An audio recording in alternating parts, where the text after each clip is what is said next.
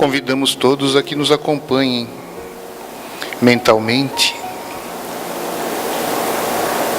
formando em nossas mentes a imagem do Divino Mestre Jesus, ao qual elevamos o nosso coração em um agradecimento silencioso, principalmente pela oportunidade da vida, por estarmos aqui na Terra em busca do nosso caminho do progresso.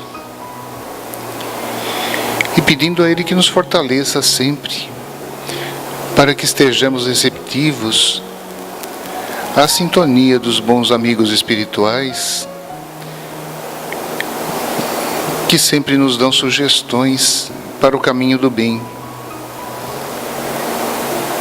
Dai-nos forças ainda, Mestre, para que saibamos nos transformar,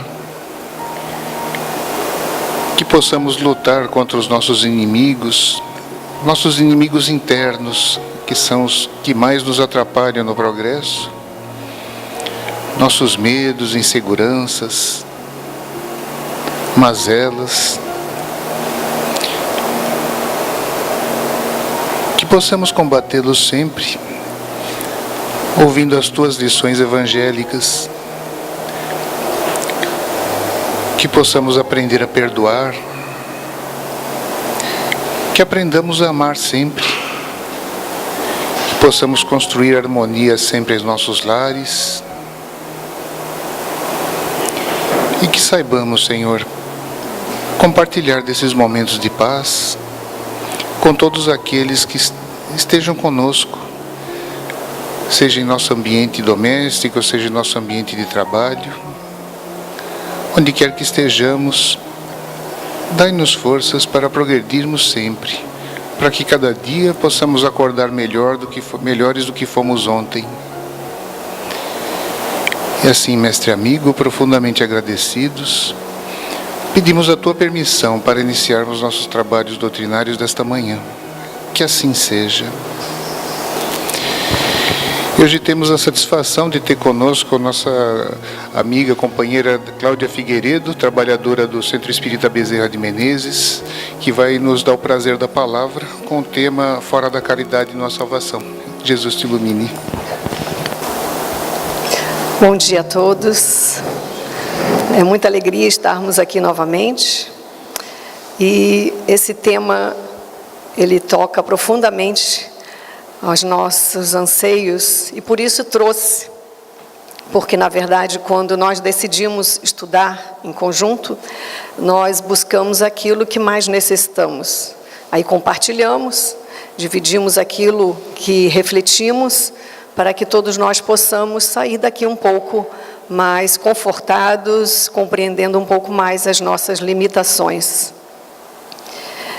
O tema Fora da Caridade não há salvação, ele é de suma importância porque nós sempre nos reportamos e, é claro, ela é necessária com relação à caridade material. E também não poderíamos deixar de trazer, como no Evangelho do capítulo 15, as parábolas que o Cristo vai nos trazer, mencionando a caridade. A primeira, a parábola do julgamento, a qual nós somos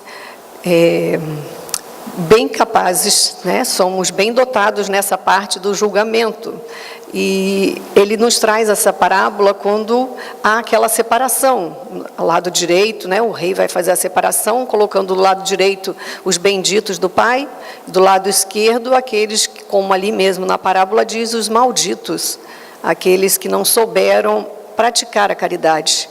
Inclusive, quando é chamado esses benditos do Pai, aqueles que vão para a direita, e o rei se refere àqueles que lhe deram de comer, que lhe deram de beber, que visitaram, lhe deram remédio, e esses bons, esses que estão à direita, perguntam, mas quando foi que nós fizemos isso? Porque nós não nos lembramos. E é assim que são os bons, eles fazem, mas não se lembram. E o rei lhes diz, toda vez que alimentaste a um pequenino, que vestiste, quando visitaste, ou mesmo lhe deste um remédio, foi a mim que o fizeste. E depois, se dirigindo aos malditos, né, aos que estão à esquerda, e as palavras eram fortes a si mesmo para chocar, e até hoje nos chocam, ele lhes disse: vocês vão para o lado esquerdo porque vocês não me deram o que de comer, não me deram de beber, também não me visitaram e nem me deram algum remédio. E eles perguntaram: mas quando nós não lembramos quando nós não fizemos isso. Pois é, mas quando vocês não fizeram a um dos pequeninos que se apresentaram na sua frente, foi a mim que não fizeram. Então, essa parábola do julgamento, ela cai profundamente em nós, porque muitas vezes nós sabemos julgar nós sabemos, mas estender a mão é muito mais difícil. E a caridade consiste em não perguntarmos por que estamos fazendo, né? Não vamos fazer desejando a retribuição. Esse é o grande ensinamento do Mestre, amar por amar. E logo em seguida ele nos ensina a parábola do bom samaritano. Daquele homem que vinha de Jericó, de Jerusalém, e é assaltado ali. Ele recebe todos os maus tratos dos ladrões, que levam tudo dele, deixam ele quase morto. Daí passa um sacerdote. Opa, nós vamos pensar, né? O sacerdote vai ajudar. O sacerdote finge que não vê e vai embora. Depois passa um levita também, de grande importância, mas passa adiante. E o samaritano que vem em seguida, aquele que todos nós, né, temos o julgamento do homem meio de má fama, ele atende aquele homem que está ali semi-morto, cuida dele, ainda mais, leva ainda a uma hospedaria, paga por aqueles dias que ele fica e se comporta como um homem de bem, dizendo que ali ainda retornaria porque precisaria de trabalhar, mas que fizesse tudo por aquele homem que estava ali precisando de cuidados. E Jesus, como é questionado por aqueles sacerdotes e de propósito queriam testá-lo, que quando lhe perguntaram o que vem a ser essa lei maior, e Jesus lhe diz: amar a Deus sobre todas as coisas e ao próximo como a si mesmo. E Jesus lhe diz ainda: quem é que foi o próximo nessa parábola? E eles não têm como, a não ser dizer que o bom samaritano, na verdade, é aquele que age com maior caridade. Então, quando nós nos lembramos da parábola do bom samaritano, nós perguntamos a nós mesmos: nós sabemos amar? E quando ele diz amar ao próximo como a si mesmo, é algo ainda mais difícil, porque eu ainda nem sei me amar. E algumas vezes nós nos perguntamos porque temos problemas em assumir esse amor a nós mesmos. Muitas vezes somos masoquistas, né? Temos uma ideia muito errada, equivocada sobre esse amor. Ou exageramos, que daí somos demais, né? Em nos amarmos, ou somos de menos, não nos considerando nada. Que dificuldade que temos de aprender isso, que somos muito, porque Deus nos ama profundamente, Ele que nos criou igual. Então Ele nos ama profundamente, ainda que eu não me aceite integralmente, porque tenho dificuldades, devo ter essa importância que Deus me criou. E por isso esse amor deve ser valorizado. Então, quando nós precisamos nos perguntar: será que eu me amo como Deus deseja que eu me ame? Porque amar a Deus acima de todas as coisas, se eu não amo o próximo, eu não amo a Deus. Isso está claro, Jesus nos diz isso com clareza. Se eu amo o próximo, eu amo a Deus. E nesses dias em que todos se preocupam muito com as suas atividades naturais, nós nos esquecemos de refletir, porque muita correria, muita dificuldade de concretizarmos aquilo que temos como nossas atividades, mas nós nos deparamos com muitas situações em que nós acabamos por nos esquecermos de valorizarmos o que somos. E nesse meio percurso que nós fazemos, nós precisamos nos deparar com o ato maior do amor, que é o perdão. Se nós não soubermos, e ainda não sabemos, perdoar é algo extremamente difícil, Basta ver os ditados por aí, né? Eu perdoo, mas não quero ver na minha frente. Então, essa é muito difícil, né? Da gente entender como é que a gente pode. Primeiro, a gente nem deveria mais se olhar, então, né? Porque é tanta coisa que a gente precisa se perdoar. E por isso, Jesus é a referência para todos nós. E quando eu estava lendo o livro Boa Nova, relendo o livro Boa Nova, de Humberto de Campos, pela psicografia de Francisco Cândido Xavier, me deparei com essa história, o perdão. E Jesus com seus apóstolos, eles estão todos em Nazaré. Jesus ali começa a pregar, começa a efetuar as curas, e existe uma grande multidão em torno dele, já movimentando, mobilizando aqueles que desejavam ouvi-lo. Ao mesmo tempo, nós sabemos que toda vez que há algum bem sendo praticado, existe aqueles que se revoltam ou ficam insulando, dizendo que é algo estranho. Nós somos bem assim, né? Uma mesma hora que adulamos, também já tacamos a pedra. E começa um burbúrio, começa uma agitação muito grande na cidade. E essa agitação vai também trazer muita inquietação para os apóstolos. Jesus, ele traz ensinamento em todas as linhas, em todos os instantes de sua peregrinação aqui na terra. Porque os apóstolos, se nós percebermos, e ele vai nos dizer também isso, que se os apóstolos fossem perfeitos, estaria tudo muito tranquilo, não necessitaria de auxílio nem de ensinamento. Justamente esses discípulos, esses apóstolos, são como nós nos identificamos muito com cada um deles. Pedro, pela sua maneira de falar francamente, quando diz a Jesus das suas dificuldades, a gente se coloca muito na maneira como ele se expressa. Então, cada um deles, dependendo do momento, nós nos identificamos muito. E é muito interessante porque cada um deles também começam a ficar agitados. Jesus, percebendo que em Nazaré já estava ficando algo meio difícil de se controlar, chama os seus discípulos e vamos embora. Vamos rumo a Cafarnaum. E vão embora de Nazaré. Mas é claro que nós, no bichinho, né, do cutuca daqui, cutuca dali, não vamos ficar quietinho, né? Vamos cutucar Jesus, vamos perguntar, porque e é bom, porque eles perguntando, a espiritualidade nos trazendo essas informações, nós vamos também refletir, porque se estávamos lá, fizemos como eles. E principalmente Filipe e Pedro estão indignados com aquela posição, como se Jesus tivesse fugido dali. Opa, vamos embora, porque o negócio vai pegar peio, nós vamos apanhar daqui a pouco, como a gente pensa, né? Vamos embora. E Jesus vai tranquilo pelo caminho, os discípulos atrás. Jesus, é claro, percebendo aquela ainda discussão que permanecia no coração de todos e permanecia mesmo nas discussões que eles faziam. E ali começa a travar-se uma conversa, porque eles dirigem-se ao mestre, perguntando por que ele decidiu fazer isso. Por que sair da cidade, se ali era o momento de eles se posicionarem, se defenderem? Eles mesmos disseram, nós estávamos a ponto de pegar um pelo pescoço, o outro nós íamos dar um cascudo. E pense bem, mestre, nós mesmos estamos discutindo entre nós. Cada um está questionando o outro, cada um está cobrando pela posição. E Jesus vai elucidar, então, a Pedro e a Filipe, eles que ainda vão questionar por muito tempo, porque não se conformam com essa situação. Mas eu gostaria de trazer a conversa para não perder a essência das palavras do mestre.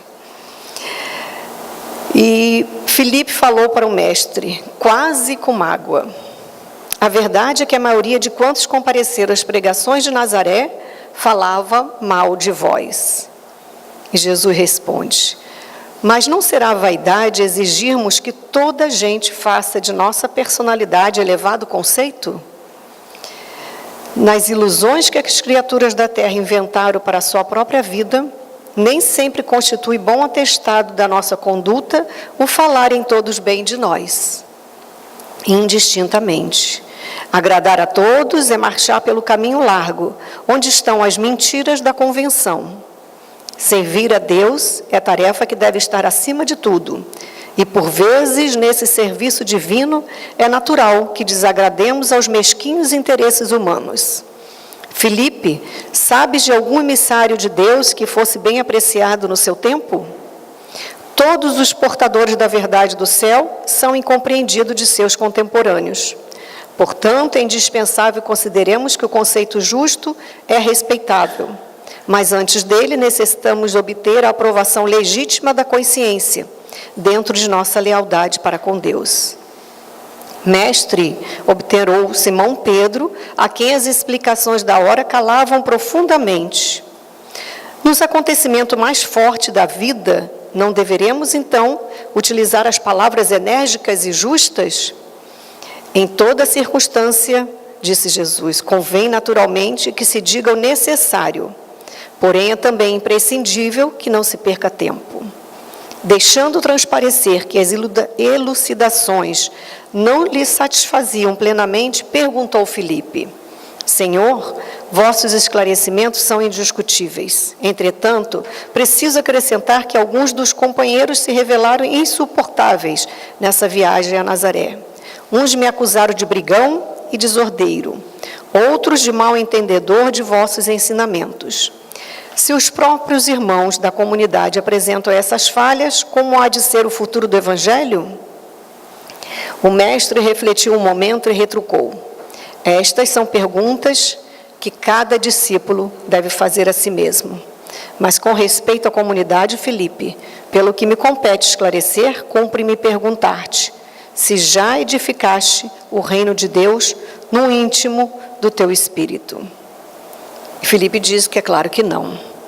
Dentro dessa realidade, podes observar que se no nosso colégio fosse constituído de irmãos perfeitos, teria deixado de ser irrepreensível pela adesão de um amigo que ainda não houvesse conquistado a divina edificação.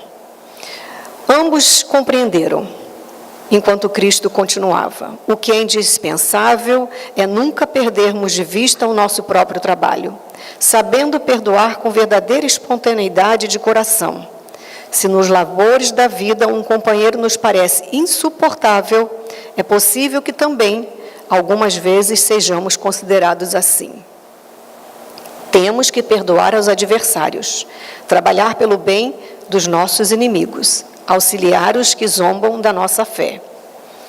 Mas aí Pedro ainda vai perguntar: mas para perdoar não devemos aguardar que o inimigo se arrependa? E o que fazer na hipótese de um malfeitor assumir a atitude dos lobos sob a pele da ovelha? Pedro, Jesus vai nos dizer, o perdão não exclui a necessidade da vigilância. Como o amor não prescinde da verdade. A paz é um patrimônio que cada coração está obrigado a defender, para bem trabalhar no serviço divino que lhe foi confiado. Se o nosso irmão se arrepende e procura o nosso auxílio fraterno, amparemo-lo com as energias que possamos despender. Mas em nenhuma circunstância cogite de saber se o teu irmão está arrependido. Esquece o mal, trabalha pelo bem. Quando ensinei que cada homem deve conciliar-se depressa com o adversário, busquei salientar que ninguém pode ir a Deus com um sentimento de odiosidade no coração. Não poderemos saber se o nosso adversário está disposto à conciliação. Todavia, podemos garantir que nada se fará sem a nossa boa vontade e pleno esquecimento dos males recebidos. Se o irmão infeliz arrepender, estejamos sempre dispostos a ampará-lo. E a todo momento precisamos e devemos olvidar o mal. Foi então que Pedro perguntou-lhe, foi nesse momento: Senhor, quantas vezes pecará meu irmão contra mim? Que hei de perdoar? Será até 7 vezes? E Jesus então lhe diz, não 7 vezes, mas 70 vezes 7. E confesso a vocês que me identifiquei profundamente com Pedro e Filipe. Eles sabem traduzir aquilo que a gente pensa mesmo. E às vezes a gente tem vergonha de falar porque sabe que vai se apresentar com uma maneira meio egoística, que nós somos mesmo. Então, quando eles dizem que o difícil é a gente querer fazer pelo outro, como é que a gente vai esquecer? Como é que a gente vai perdoar se ele está nos alfinetando? Porque quando a gente não deseja o mal, a gente não vê isso. E é nesse sentido que Jesus vem nos esclarecer. Se a gente não guarda, né, então isso é algo que Divaldo coloca, inclusive, numa palestra, né? Se eu tenho inimigo, o problema é dele. Se ele se considera um inimigo meu. Agora, se eu considero um inimigo, aí o problema é meu. E nós sabemos que isso acontece dentro de nós. A dificuldade maior é a gente reconhecer que esse sentimento é nosso e não do outro. Muitas das vezes julgamos que ele faz isso de cabeça pensada contra nós. E às vezes não. É o jeito dele, é a maneira que ele leva a vida, a maneira como foi criado, como ele encara as coisas e principalmente porque nem percebe que o amor está acima de tudo. E nós que conhecemos o Evangelho, agimos de maneira pior do que ele que nem conhece a Jesus. E então, a identificação é muito grande, porque eles vêm trazer essa ansiedade quando é que nós nos calamos. Jesus traz um ensinamento grandioso. É muito difícil, e isso eu tiro por mim, quando nós estamos numa discussão acalorada e a gente quer colocar o nosso ponto e a gente acaba também passando por cima da posição do outro e acaba exacerbando as nossas emoções e quando a gente vê, cada um vai para um canto mais brabo do que o outro, né? E fica um de bico para um lado, o outro de bico para o outro e ninguém se aproxima mais. E nós, como somos pouco orgulhosos, não procuramos, nem vamos dar o braço a torcer. A gente diz, também não vou dizer para ele, bem que ele tem razão naquela palavra que ele disse, mas eu não vou dizer isso não, porque se eu disser isso, eu estou entregando, dizendo que ele sabe mais do que eu. Que besteira, né? Quando nós conseguirmos nos calar, como Jesus nos ensinou, perfeito, conhecedor de tudo, e calou-se e rumo a outro lugar. Aqui eles não me querem mais. Se não nos ouvem, vamos embora. Mas nem por isso ele ficou xingando, brigando, batendo boca. Porque a moralidade está acima dessas coisas pequenas que nós ainda temos. Por isso, quando nós dizemos que fora da caridade não há salvação, essa caridade está acima de todos os atos que nós sabemos que são necessários. Ainda que a mídia traga assuntos que nos tornam apreensivos diante de tanta violência, de tanta maldade, nós estamos apreensivos. Se nós procurarmos, se nós buscarmos, nós vamos encontrar ações valorosas no bem. Sejam elas pequenas, sejam elas grandiosas. Aos olhos de Deus, não importa. Hoje mesmo recebi um WhatsApp de uma amiga que ela, às 6 horas da manhã, ela arrecadou de alguns amigos balas, chocolates, estava lá em Curitiba às 6 horas da manhã para distribuir na rua, para os moradores de rua. Ela que tem sempre esse hábito, não só como nessas festas assim, mas em todas as épocas ela faz campanhas entre os amigos, arrecada aquilo que ela consegue, o que ela não consegue, ela põe do seu bolso e leva, geralmente é morador de rua. Ela saiu daqui e foi lá, porque conhece esse bairro muito necessitado também, e como tem a família lá, ao invés de estar hoje acordando, né, como nós gostaríamos, tarde, fazer um almoço e ficarmos em família, ela já acordou bem cedinho e foi distribuir aquilo que ela acha que é pequeno, me dizendo, né, agradecendo por um pouquinho que a gente conseguiu e dizendo da gratidão por ela poder fazer isso. Não ela imagina da gratidão que nós sentimos por perceber que existem pessoas que se dispõem a fazer essa distribuição. A gente pensa, bala, chocolate, às vezes vai dar até gente muito certinho, muito radical, não, vai dar cárie, ou então isso não é bom, não vamos propagar o consumismo. Mas as criaturas que estão na rua não vão pensar assim. Elas querem, não é o saco da bala, né? Nós sabemos que o que elas querem é que alguém olhe para elas e dê uma palavra de carinho. E isso ela sabe fazer. Ela chegar lá e se abraçar com eles, entregar na própria mão, isso é algo que a gente dificilmente tem feito, né? A gente fala muito como é que nós nos portamos diante de alguém que necessita, né? Às vezes a gente tem asco, porque a pessoa está com um cheiro desagradável, se veste com roupas sujas, e a gente se pergunta, mas o que tem de diferente nele? né? Diferença nenhuma. A situação, sim, no momento ele está numa situação em que é de penúria, sim. Não nos interessa saber o porquê, porque o julgamento, nesse momento, não nos compete. Ajudamos, se é o nosso dever, esse é o nosso dever.